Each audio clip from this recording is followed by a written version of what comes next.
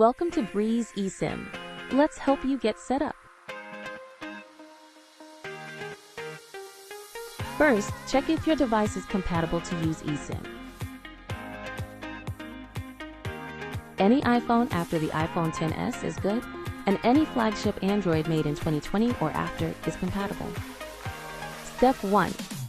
Choose and buy your eSIM for your destination and enjoy the Breeze quick install functionality, allowing you to install in one click.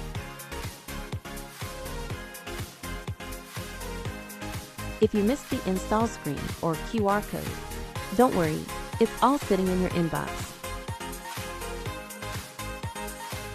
Next up, activate your eSIM and follow the simple on-screen instructions. For Android, each screen may differ slightly depending on the device.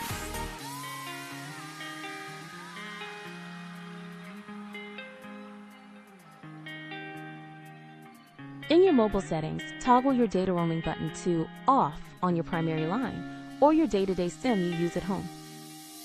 On your new eSIM, turn both the line on and also data roaming on. Labeling your eSIM is a great way to stay organized and quickly manage all SIMs on your device. And that's it! We're all set! Before we leave each, here are just a few pro tips for a better experience.